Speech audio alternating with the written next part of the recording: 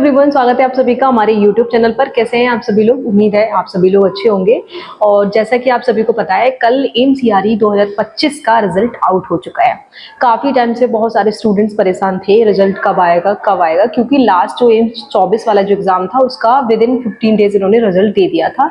अभी इन्होंने 1 महीना ले लिया, 1 महीने में अब फाइनली कल शाम रिजल्ट आउट हो चुका है। अब जो रिजल्ट आया है, आई थिंक सारे ग्रुप कोड का आ चुका है, और जो रह भी गए होंगे उनका 1-2 दिन में आ जाएगा, वर्किंग डेज जो होते हैं उनमें आ जाएगा। बट फाइनली ये है कि बहुत सारे स्टूडेंट्स ऐसे हैं जिनका रिजल्ट आउट हो चुका है, उनकी एक टेंशन खत्म हुई। बट फिर भी बहुत सारी टेंशन अभी बाकी हैं। अब जो लिस्ट आई है उस लिस्ट में कुछ ऐसे स्टूडेंट्स हैं जिनको अपना नाम दिख रहा है, बट वो इस चीज़ से परेशान है कि हमारा नाम आ गया तो क्या हम फाइनली सिलेक्ट हो चुके हैं, और कुछ ऐसे स्टूडेंट्स हैं जिनका नाम ही नहीं है, तो वो इस बात से कन्फ्यूजन में है कि हमारा इसमें नाम नहीं है तो क्या दूसरी लिस्ट आएगी। तो बहुत सारे कंफ्यूजन है। जिनका लिस्ट में नाम है, जिनकी रैंक अच्छी है, वो लोग आगे क्या प्रोसेस करना है उस चीज़ से ज़्यादा परेशान है कि आगे अब क्या क्या करना होगा, क्योंकि कई सारी स्टेप्स होती है जब फाइनली आपका सिलेक्शन हो पाता है। तो बहुत सारे ऐसे डाउट्स हैं जो कि क्लियर होना बहुत ज़रूरी है। जैसा कि आप सभी मुझे जानते हैं, मेरा नाम सोनम चौहान है, मैं एमसीआरई 2024 में सिलेक्टेड हूँ। तो आज की वीडियो में हम ये सारे डाउट्स क्लियर करेंगे, क्योंकि मुझे बहुत सारे मैसेजेस आ रहे थे। कल मैंने एक शॉर्ट वीडियो बनाई थी रिजल्ट के रिगार्डिंग, तो उस पर बहुत सारे कमेंट्स ऐसे आए जिनमें ये सारे डाउट्स स्टूडेंट्स के थे।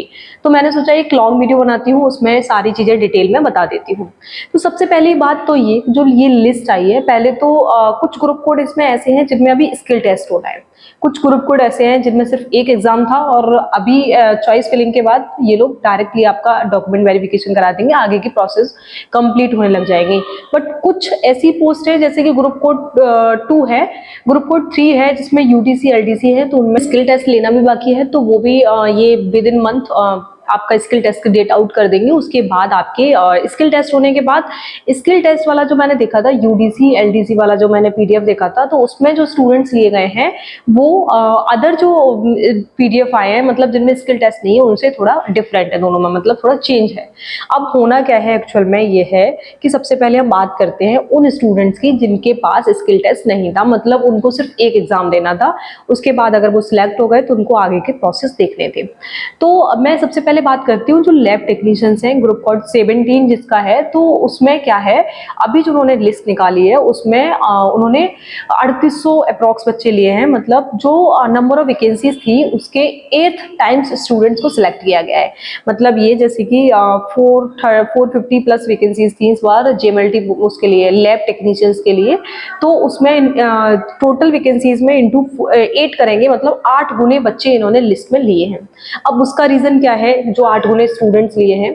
अब इसमें क्या है कि इसमें कैटेगरी वाले स्टूडेंट्स हैं, जनरल स्टूडेंट्स हैं, सारे कैटेगरी जितने भी हैं वो सारे स्टूडेंट्स हैं। तो एक तो ये कि इन्होंने एक कैटेगरी वाइज भी लिस्ट मिल चुकी होगी काफ़ी सारे स्टूडेंट्स को, तो उन्होंने अपनी कैटेगरी वाली रैंक भी चेक कर ली होगी। अब जो जो जनरल रैंक वाले हैं उनके पास जनरल रैंक है, और जो कैटेगरी वाले रैंक स्टूडेंट्स हैं उनके पास जनरल रैंक भी है और कैटेगरी रैंक भी है। अब जो ये 8 गुने बच्चे लिए गए हैं, अब डाउट ये है कि क्या जो स्टूडेंट्स लिए गए हैं ये सारे सिलेक्टेड हैं? तो ऐसा नहीं है। ये जो स्टूडेंट्स लिए गए हैं ये सारे सिलेक्टेड नहीं है। ये 8 गुने बच्चे लिए गए हैं, एक सीट पे 8 बच्चे बैठे हुए हैं। अभी कंपटीशन बड़ा है आप सबके लिए, एक सीट पे 8 बच्चे बैठे हुए हैं। अब उन 8 बच्चों में से सिलेक्शन एक स्टूडेंट्स का होगा, तो ये कंपटीशन अभी आगे आपको फेस करना है, ज़्यादा कंपटीशन है। अब सबसे पहली बात तो मैं उन स्टूडेंट्स को बताती हूँ जिनकी रैंक अच्छी है। जो लोग अंडर 100 हैं, अंडर 200 रैंक है उनकी, तो उनको तो टेंशन की कोई बात है ही नहीं। बट जिनकी रैंक बहुत ज़्यादा आ रही है, 2000 प्लस, 3000, 4000 इस तरीके से रैंक आ रही है, उन स्टूडेंट्स के लिए थोड़ा ये है कि आप लोगों को मतलब पहले तो आप, अगर आपके पास कैटेगरी है तो आप कैटेगरी रैंक चेक करिए। कैटेगरी की जो पीडीएफ से ग्रुप में डाला भी था मैंने, तो आप कैटेगरी वाइज रैंक चेक करिए।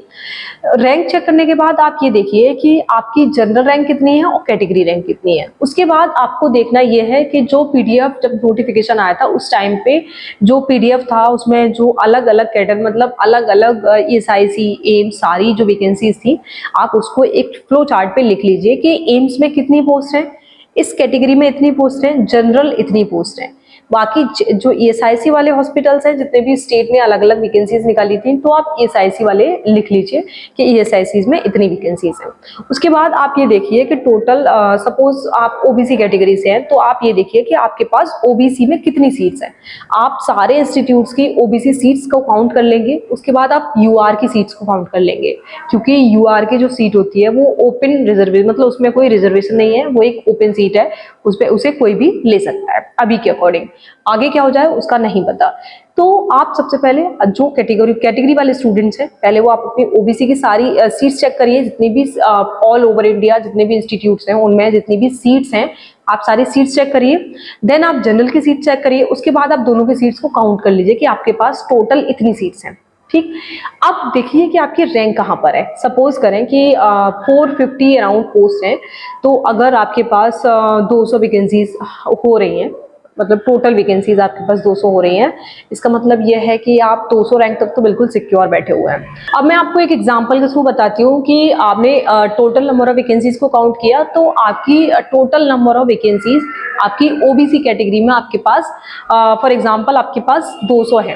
ठीक, वैसे तो आप काउंट करके देखिएगा कितनी है। मैं एक एग्जांपल के थ्रू बताती हूँ कि टोटल नंबर ऑफ सीट्स आपके पास ओबीसी कैटेगरी में 200 है। अब आपकी जनरल रैंक जो है वो आपकी 800 या फिर 1000 है या 1500 है, उससे फर्क नहीं पड़ता। आप ओबीसी कैटेगरी के हैं, आप अपनी ओबीसी कैटेगरी वाली रैंक चेक करिए। ओबीसी कैटेगरी में रैंक आपके पास 200 सीट्स हैं, लेकिन ओबीसी में आपकी रैंक 150 आ रही है। दैट मीन्स कि आपको कैटेगरी वाली सीट्स आराम से मिल जाएगी, आपको टेंशन लेने की जरूरत नहीं है। मैटर ये करता है कि आपकी कैटेगरी रैंक कितनी है। जैसे कि होता है कि एससी एसटी स्टूडेंट्स कम होते हैं, ओबीसी वाले तो ज़्यादा होते हैं, तो उनके बारे में ये चीज़ भी लगती है, मतलब नंबर ऑफ सीट्स तो आपको काउंट करनी पड़ेगी। अब सपोज करो आप एसटी कैटेगरी में है, तो एसटी कैटेगरी में नंबर ऑफ स्टूडेंट्स कम होते हैं, उसके अकॉर्डिंग अगर आप 2000 जनरल रैंक आपकी 2000 भी है, अगर फिर आप एसटी कैटेगरी वाली रैंक देखिए कि एसटी कैटेगरी में आप कितनी रैंक आ रही है। अगर आपकी एसटी कैटेगरी में रैंक आपकी 100 आ रही है और नंबर ऑफ वैकेंसीज आपके पास 200 है, इसका मतलब ये है कि आपका सिलेक्शन इजीली हो जाएगा, क्योंकि आपकी एसटी कैटेगरी वाली जो रैंक है वो आपकी रेंज में है, मतलब जितनी वैकेंसीज हैं उसके रेंज में है। ये वाली चीज जो मैं आपको बता रही हूँ कैटेगरी चेक करने वाली, तो ये सारे स्टूडेंट्स पे लागू होती है, मतलब जितने भी कैटेगरी वाले स्टूडेंट्स हैं, ओबीसी एससी एसटी ईडब्ल्यूएस जितने भी हैं, पीडब्ल्यू वाले भी, तो वो सारे अपनी कैटेगरी रैंक को चेक कर ले। उसके बाद अपना आगे का रूपरेखा बनाएं कि अगर आप इस रेंज में आ रहे हैं, इसका मतलब आप फ्रीली बैठ सकते हैं। और उसके बाद नेक्स्ट क्या क्या प्रोसेस है वो भी मैं आपको बता दूंगी। तो अभी हम बात कर लेते हैं उन स्टूडेंट्स की जिनको ये डाउट है कि वो डीएमएलटी होल्डर है, या फिर उनके पास मतलब इसमें क्या था कि जो सीनियर पोस्ट भी निकली थी किसी, मतलब इस एग्जाम में सब कुछ मिक्सअप था। मतलब अगर आपके पास जूनियर टेक्नीशियन या फिर सीनियर टेक्नीशियन, सारे टेक्नीशियंस के लिए इन्होंने एक एग्जाम लिया, अलग से इन्होंने कोई एग्जाम कंडक्ट नहीं कराया, एक एग्जाम लिया। अब जो रैंक लिस्ट निकाली है वो भी उन्होंने एक से निकाली है। अब बात ये है कि जितने स्टूडेंट्स अप्लाई किए, सपोज करो कि 15,000 लैब वाले बच्चे तो उन्होंने अप्लाई किया है, तो 15,000 में से कुछ ऐसे रहे होंगे जिनके पास डिप्लोमा है, कुछ ऐसे रहे होंगे जिनके पास बैचलर है, ऐसे रहे होंगे जिनके पास सीनियर वाले रेंज में आ रहे हैं, मतलब उनके पास 8 या 10 साल का एक्सपीरियंस है। अब सारे स्टूडेंट्स एक जैसे तो है नहीं। अब ये करता है, अब ये डिपेंड करता है कि जो ईएसआईसी वाले हैं उसमें आपको बैचलर डिग्री हो, आपके पास 1 साल का एक्सपीरियंस हो, या फिर आपके पास डिप्लोमा हो तो तब आपके पास 1 साल का एक्सपीरियंस हो। बट बहुत सारे स्टूडेंट्स ऐसे हैं जिनके पास एक्सपीरियंस नहीं है, वो जस्ट कंप्लीट करके बैठे हुए हैं, बट उनके पास एक्सपीरियंस नहीं है, तो वो लोग इसके लिए एलिजिबल नहीं है। तो अभी जो लिस्ट निकली है वो एलिजिबिलिटी क्राइटेरिया के ऊपर नहीं निकली है। अभी सिर्फ ये लिस्ट इन्होंने जनरल एक लिस्ट निकाली है, जिसमें इन्होंने 8 उन्हें बच्चे सिलेक्ट किए हैं। अभी ये लोग क्या कराएंगे, आपसे चॉइस फिलिंग कराएंगे। आपसे ये चॉइस ऑफ प्रेफरेंस आपकी क्या है उसके अकॉर्डिंग ये आपसे फिल कराएंगे। चॉइस ऑफ प्रेफरेंस की भी डेट आउट कर दी है, तो आप उस डेट पे अपनी चॉइस को फिल करेंगे। अब चॉइस आपको फिल कैसे करनी है, सबसे बड़ी बात आपको चॉइस बहुत अच्छे से फिल करनी है, क्योंकि मेन जो चीज है ना वो चॉइस फिलिंग है। अगर आपकी चॉइस फिलिंग में गलती हुई, इसका मतलब है कि आपकी सीट भी जा सकती है, आप इस रैंक में हैं फिर भी आपको हो सकता है कुछ ना मिले। तो सीट जो चॉइस फिलिंग होती है आप उसको थोड़ा अच्छे से करिएगा। जो लोग सिलेक्टेड हैं या जो लोगों को जानकारी है उनसे थोड़ा कंसल्ट करने के बाद ही आप अपनी सीट को चॉइस फिलिंग को करिएगा। चॉइस फिलिंग में एक्चुअली होता क्या है कि आपने शुरू में वो सारी चॉइस रख दी, वहाँ सीट्स थी नहीं, नीचे वाले जो स्टूडेंट्स थे उन्होंने वहाँ पे रखी जहाँ पे सीट्स ज़्यादा थी, तो उनको पहले सीट मिल जाएगी। और जब आपकी चॉइस फिलिंग के बाद आपकी स्टार्टिंग की में पोस्ट खाली नहीं थी, मतलब वहाँ पे सीट्स नहीं थी, तो आपको नहीं मिलेंगी जब तक आप नीचे पहुंचेंगे। बट जो दूसरा स्टूडेंट है उसने वो वाली चॉइस फर्स्ट पे रखी होगी तो वो उसको सीट मिल जाएगी, लेकिन उसकी रैंक आपसे ज्यादा थी। तो ये सारी चीजें चॉइस फिलिंग के टाइम पर आती हैं। चॉइस फिलिंग आपको बहुत ही वाइजली सिलेक्ट करनी है। सारे इंस्टीट्यूट जो है वो आपको बहुत अच्छे से सिलेक्ट करने हैं, अपने होम टाउन के आसपास सिलेक्ट करने हैं। उसके साथ साथ आपको नंबर ऑफ वैकेंसीज भी देखनी होंगी, कहाँ पर आपके पास कितनी वैकेंसीज हैं। तो ये सारी चीजें बहुत मैटर करती हैं। आप लोग गलती मत करिएगा। जब आप चॉइस फिल कर देंगे उसके बाद ये एक और लिस्ट निकालेंगे, उसमें आपकी रैंक लिखी होगी और आपको कौन सा अलॉटेड हुआ है, स्टेट या फिर एम्स अलॉट हुआ है या ईएसआईसी को कोई स्टेट अलॉट हुआ है, ये लिखा होगा। ये नहीं लिखा होगा आपको कौन सा हॉस्पिटल मिला है। ये लिस्ट बाद में पता चलेगी कि आपको किस जगह मिल रहा है।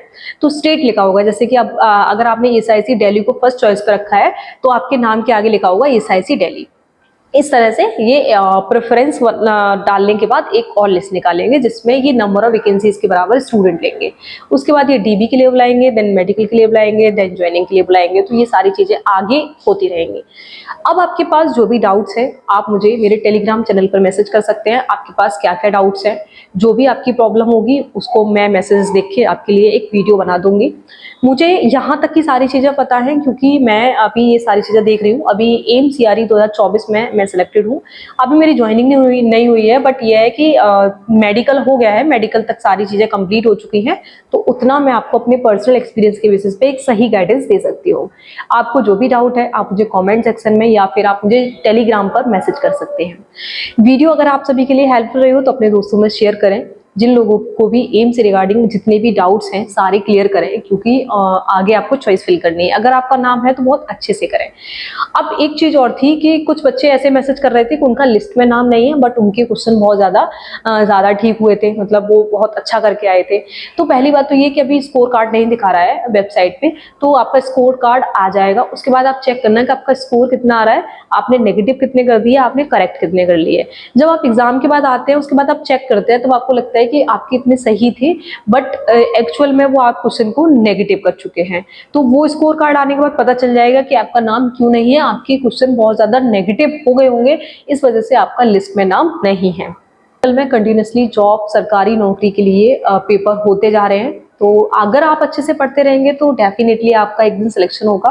The best for your future. आप बिल्कुल भी टेंशन मत लो। अगर आपका सिलेक्शन नहीं हुआ है तो एम्स सीआरई 2026 में सिलेक्शन होगा या फिर कोई और वैकेंसीज भी आती रहेंगी। अगर नहीं हुआ है इसका मतलब आपके लिए भगवान ने कुछ अच्छा सोचा है। आप बिल्कुल भी परेशान मत होइए। जो भी डाउट है आप मुझे कमेंट सेक्शन में बताइए, और आगे के जो भी प्रोसेस रहेंगे मैं वीडियो के माध्यम से आप सभी को जानकारी देती रहूंगी।